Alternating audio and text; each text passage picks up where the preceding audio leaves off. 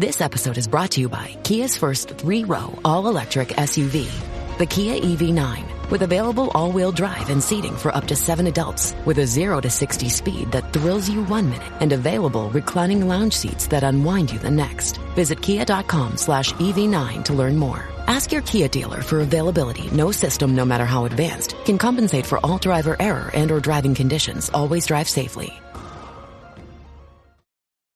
Welcome to the Human Capital Innovations Podcast, your go-to source for personal, professional, and organizational growth and development. We hope you tune in often for all things people management, organizational development and change, organizational leadership, and social impact related. Maximize your personal and organizational potential with Human Capital Innovations Podcast.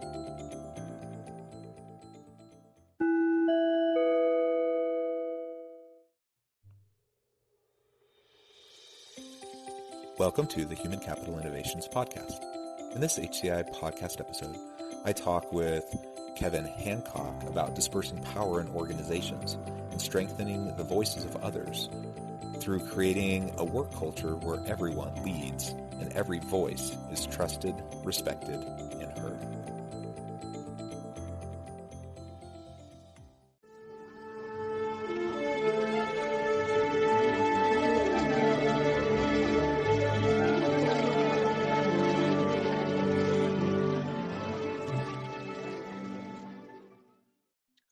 Kevin Hancock, welcome to the Human Capital Innovations Podcast. John, thank you. I'm quite happy to be with you today. Yeah, I'm really thrilled to have a chance to talk with you. As we were discussing before we hit record and kind of the pre-discussion, we do have a lot of areas of overlap in our areas of expertise and interest and the work that we do. So I think it'll be a really robust discussion today as we talk around issues about social justice as they relate to organizations and working with our employees. To begin, I want to share with the listeners a brief bio about Kevin. Kevin Hancock is CEO of one of the oldest companies in America, Hancock Lumber, which was established in Maine in 1848. Today, the company grows trees, manufactures lumber for global distribution, and provides building materials and construction services for contractors. The company has 550 employees and is a 6-time recipient of the Best Places to Work in Maine award, which I just want to interject is really cool. I think it's great anytime an organization focuses enough on its employees to be able to earn those types of recognitions. Kevin is a recipient of the Ed Muskie Access to Justice Award, the Habitat for Humanity Spirit of Humanity Award, and the Boy Scouts of America Distinguished Citizen Award. In 2010, at the peak of the national housing and mortgage market collapse, Kevin acquired a rare neurological voice disorder called spasmodic dysphonia. I'm not sure if I said that quite correctly. When his own voice became weakened, he developed a new leadership style based on strengthening the voice of others. He is now a champion of a work culture where everyone leads and every voice is trusted, respected, and heard. He is a frequent visitor to the Pine Ridge Indian Reservation in South Dakota. His first book, Not for Sale, Finding Center in the Land of Crazy Horse, won 3 National Book Awards. His next book, The Seventh Power, One CEO's Journey into the Business of Shared Leadership, is scheduled for release. Actually, it looks like it was released just a few months ago. Again, Kevin, what a great background, and I'm really excited to talk with you today.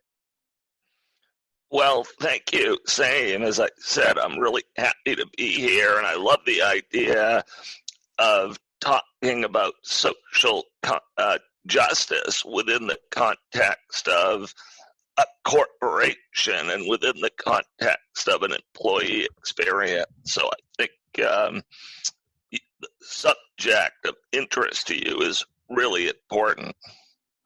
Awesome. And before we really dive in, is there anything else you would like to share with the listeners about yourself, your background? No, not really, other than, as you mentioned, it was really a voice condition that I acquired that got me leading differently, because I couldn't use my voice at first, but then as time went on, I didn't want to. I really got thinking differently about how a leader might lead, and I got really excited about the idea of dispersing power and leaders really being about strengthening the voices of others, not themselves. So what started as a bit of an unexpected hindrance or a setback with my voice condition became really an invitation that I use to think very differently about leadership and the importance of helping every human being feel heard and how powerful that simple act can be. I love that. I think that's amazing. And you know, I wouldn't wish medical conditions on anybody, but I think it's a great example of how, you know, sometimes, to use the old cliche, you take those lemons and you make a glass of lemonade out of it, and really leverage that really difficult life experience to transform the way you approach your leadership and how you interact with those around you. That says a lot about you, that you're willing to respond that way and you're able to respond that way, and that you do it in such a way that really empowers the people around you. I like the way you said dispersing power to strengthen the voice of others. I'm a strong believer in shared governance, in letting go of power as a leader through more delegation and providing more autonomy to your people. And that's something that a lot of leaders really struggle with, but I think is pretty key if you want to have a really successful, innovative type of organization that's going to be sustainable in the long run.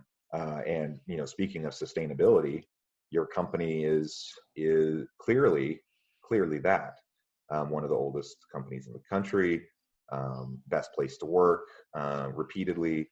I think all of those are great testament to not just your leadership, but those who have preceded you as well. Well, it's interesting you mentioned that. I at the core of our business, we're very much connected to nature. So the first thing we do is we grow trees. And of course, to even say it that way is a misnomer, because all you need to do to grow trees, if you're a human, is nothing. You just need to be willing to do it for a very long period of time. It's about leaving land undeveloped and letting trees grow on their own. But when it comes to leadership, I've thought quite a bit about trying to align the future of leadership with nature's fundamental rules. And one of those rules that I thought quite a bit about is that when you think about it, nature itself disperses power. I was actually out in the Arizona desert one evening a couple years ago for a walk when this hit me. The idea was simple. In nature, power is dispersed. And I stopped, John, it was sunset, and I looked around and I posed a series of organizational questions to the desert out loud all by myself. I said, where's the capital of this desert? Where's its headquarters? Where's the CEO? Where are the managers and the supervisors? Which one of these cactus is in charge of all the others? And the answer in every case was just crystal clear. In nature, power is dispersed. That secret sauce, that sacred energy of the universe actually lives in all its parts and pieces. And humans who are a part of nature, not separate from it, I believe ultimately want to organize in this way. And in the 21st century, in the Aquarian age. I think this is where you see the disconnect. So people are awakening to their own sacred power as individuals, but institutions are still often locked in this past-based approach to leadership, which is about collecting power to the center, having a few speak for the many, and taking a bureaucratic approach to getting things done. And while that model might have been the dominant model for centuries looking backward, I do not believe it's going to be the dominant model going forward. Yeah, and I completely agree. I think organizations today need to be much more agile. They need to be responsive and flexible. And that simply doesn't happen in a heavily top-down bureaucratic organization with many, many levels. You flatter organizations is the trend, and that necessarily means dispersion of responsibility and increased voice for everyone, because now instead of having to go through 5 rungs of the hierarchy to go from the lowest entry-level employee all the way up to the top, now there's maybe 1 or 2 rungs, and everyone is sharing in responsibility to have those discussions about product development, the services offered, new efficiencies, products and service revisions and new iterations, to be responsive to customers. And that's what the global marketplace requires for organizations to be successful today.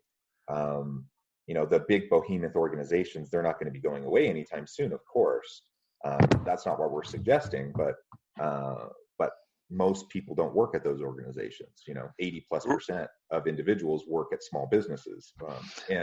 And so the vast majority of us are going to be trying to leverage employee voice in a way that will help lift everyone as we move through our careers and as we try to develop our people and strengthen our organizations. That's so true. And I think even if you look at big organizations, say large public companies or governments for that matter, that what they too really need to figure out how to do is how to act and operate like a small community organization, how to decentralize power and act locally. And really, when you look at data today, like on the employee experience, it's the writings on the wall. Gallup will show us that perhaps 1 in 3 Americans today finds their work experience meaningful or considers themselves to be engaged. And what an unfortunate reality that is, that for 2/3 of all people who work in this country, it's simply an economic exercise. I go, I perform functions, I get money and benefits, but that's it. Beyond that, it's empty. And I just think too many people on this planet work and spend lots of hours and years and decades and doing it, and that work needs to be meaningful in more than just economic ways for the people who do it. And the pathway to that, I believe, is creating structure that gives everybody a voice. So if work becomes a place where everyone can kind of self-actualize, can test their skills, can come to know their own identity, and can feel safe doing so, then work starts to become a really important social tool, not just an economic tool. I've really, to take that one step further, come to think very differently about the mission or purpose of work. I think that the economic results are an important outcome outcome of a higher calling. And I think that higher calling is that work should be meaningful to the people who do it.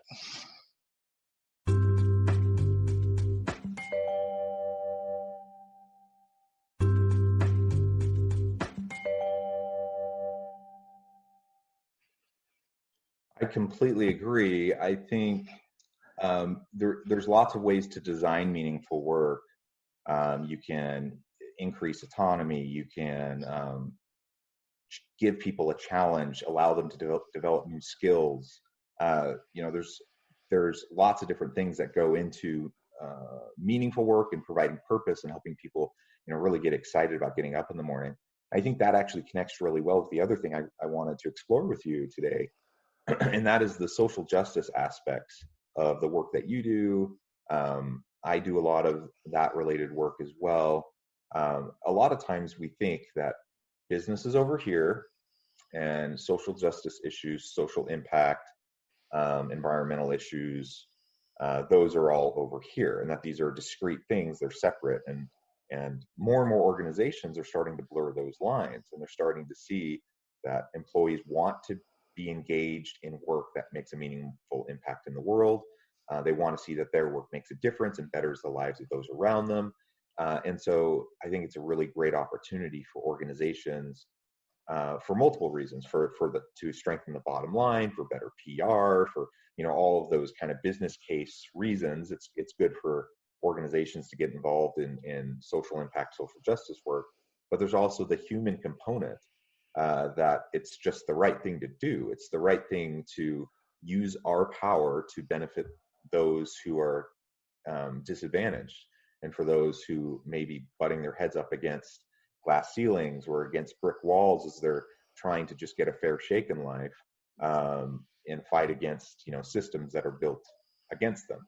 And so let's talk more about that. How have you integrated some of these social causes, social justice, and environmental types of issues into your organization and diffused it throughout your people? Yeah, great subject and question. Let me start quickly by talking about how I really became connected to social justice in a personal way. I began traveling about 8 years ago from my home in Maine out to the Pine Ridge Indian Reservation in the southwest corner of South Dakota.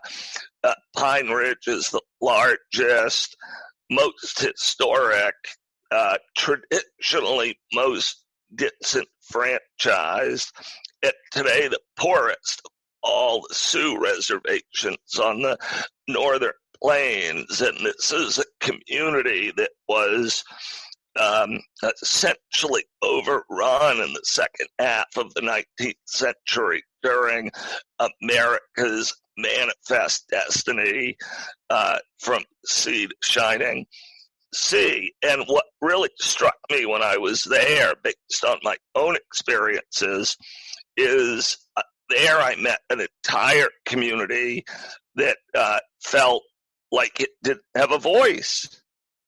An entire community that didn't feel fully heard. And combining that with my own voice condition, I really got thinking about the fact that there are lots of ways for people to lose a piece of their voice in this world, and that at the heart of social justice really is the reality that somewhere along the way, those who had the most power overreached.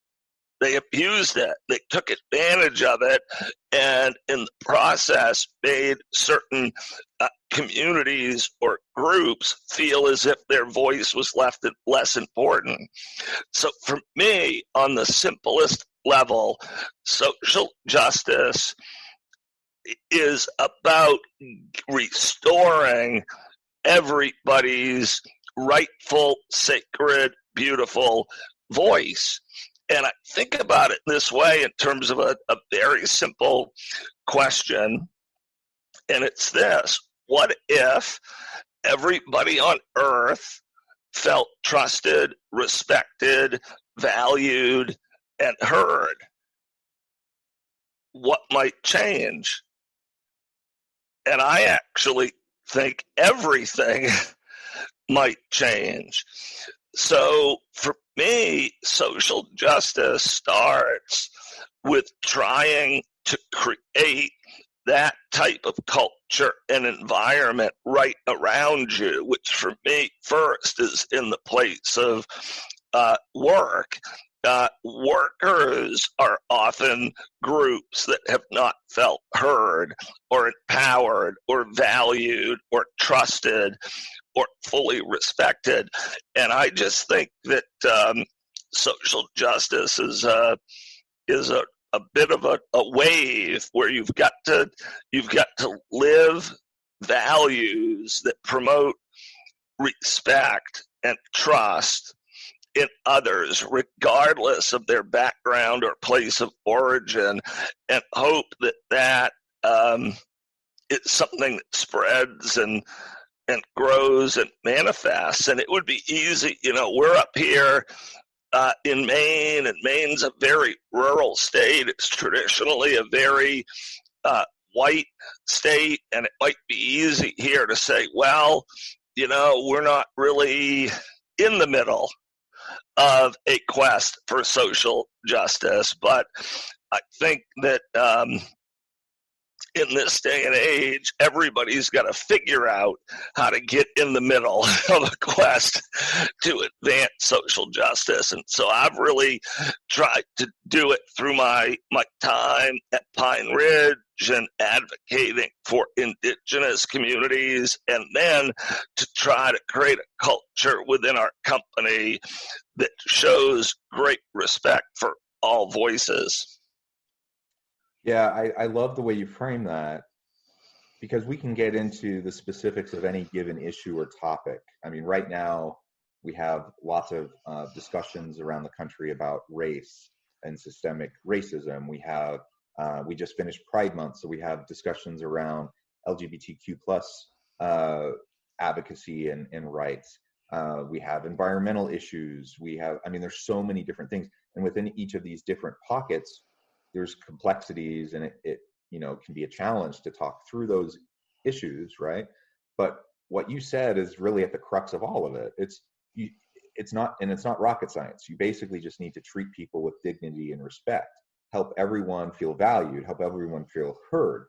When you do that, most of these other perplexing problems and challenges start to take care of themselves, because we're respecting each other, we're valuing each other, we're giving everyone an equal seat at the table where they get a chance to contribute, and they see that contribution is valued and will actually be considered.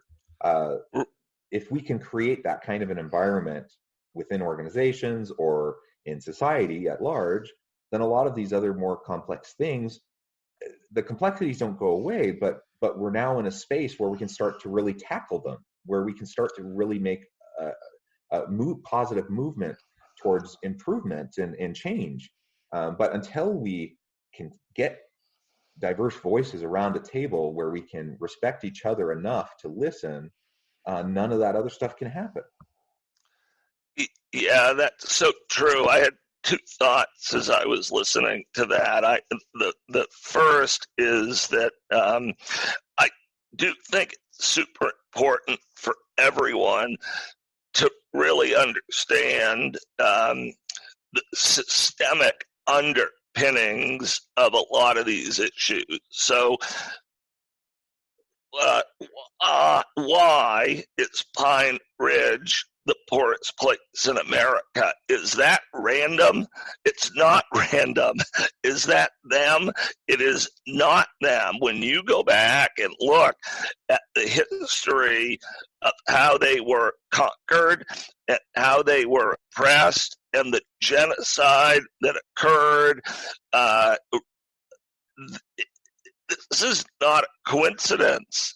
It's just not a coincidence. It's so easy to want to say, well, in a community like that, it must be something that they're doing wrong.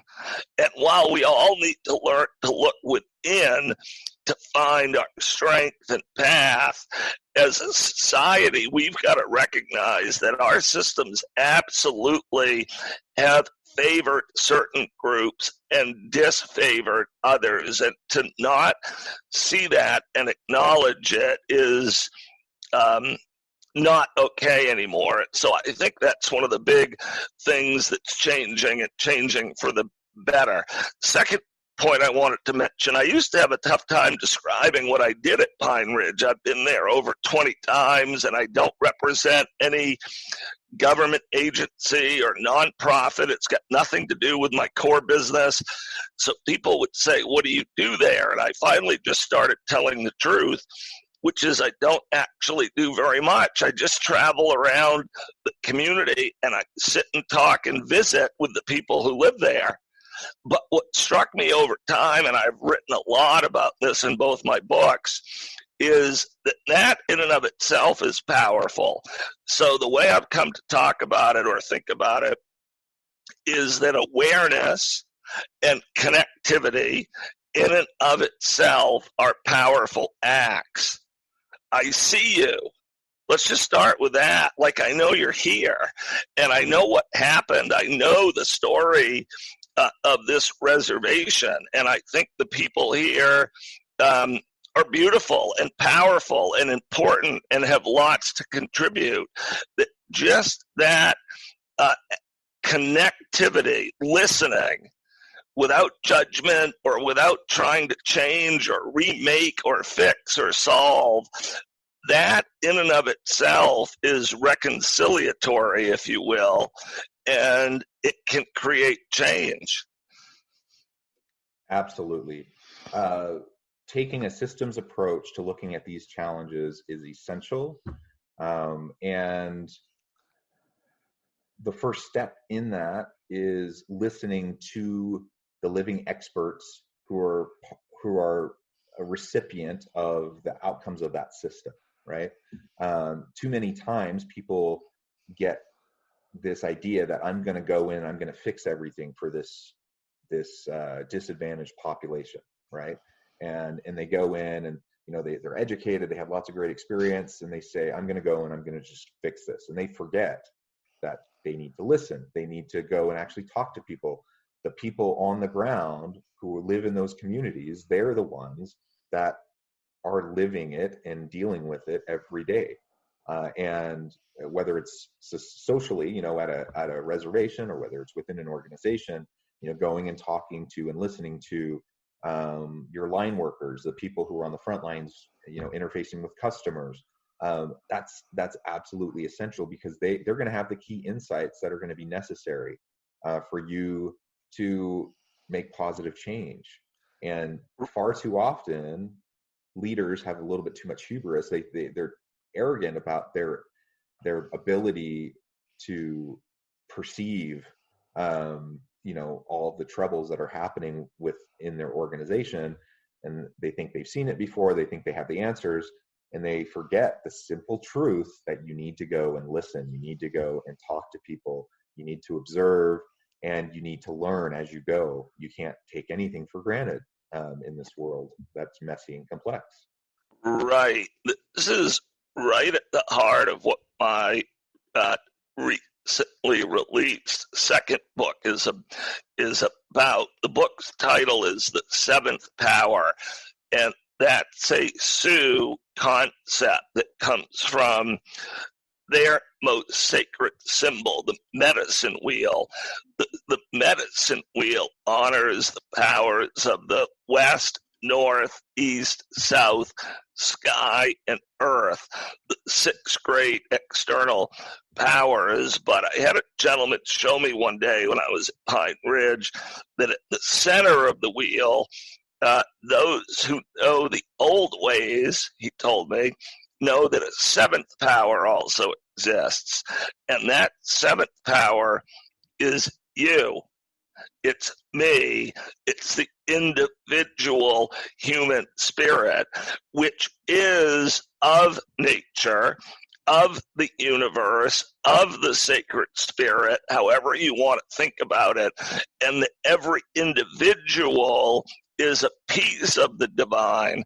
So the real task in social justice and in rethinking organizational excellence is about getting away from the bureaucracy, getting away from the monolith, getting away from the empire, and putting the focus back on the individual and helping individuals understand and tap into their own power.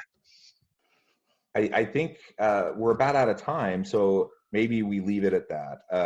I think you summarized it really well.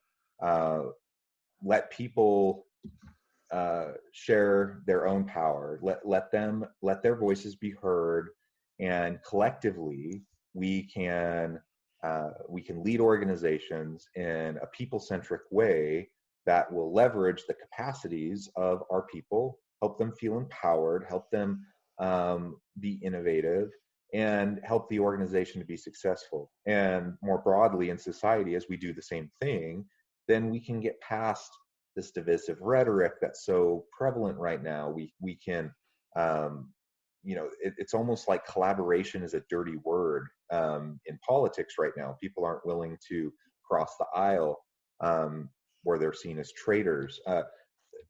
That makes for dysfunction. We need to get voices together. We need people to feel heard, and we need to share power. So thank you so much for the really great discussion today. Before we close, I want to give listeners a chance to know how they can get connected with you and learn more about what you do. Would you mind just sharing that for just a moment? I would love to. I'd love to hear from anybody who listened to this discussion today, and you can reach me through my website at kevindhancock.com, and I have a bunch of resources there, including access to the books, but also a contact link so that anyone who wanted to connect with me would be able to do so. And I always answer anybody that checks in. That's right at the heart of our discussion today. So I really appreciate this opportunity, and thank you for helping share a little bit of my voice, John. Well, thank you again. It's really been a pleasure talking with you, Kevin. The time has flown by. We haven't had enough time, and so perhaps we can do this again sometime soon and continue the dialogue. I encourage my listeners. I encourage my listeners to look you up and to get connected. Kevin's doing great things and can help your organizations do great things as well. Thank you, Kevin, and thanks everyone for listening today. And I hope everyone has a wonderful week and that you stay healthy and safe.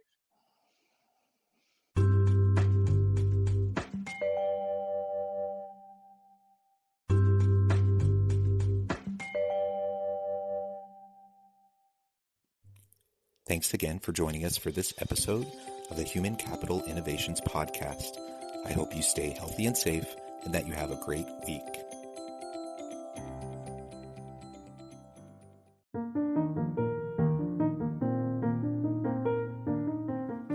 Check out our new weekly LinkedIn newsletter, Alchemizing Human Capital, exploring industry trends via original research and interviews with executives and thought leaders from across the globe. We look forward to having you join us.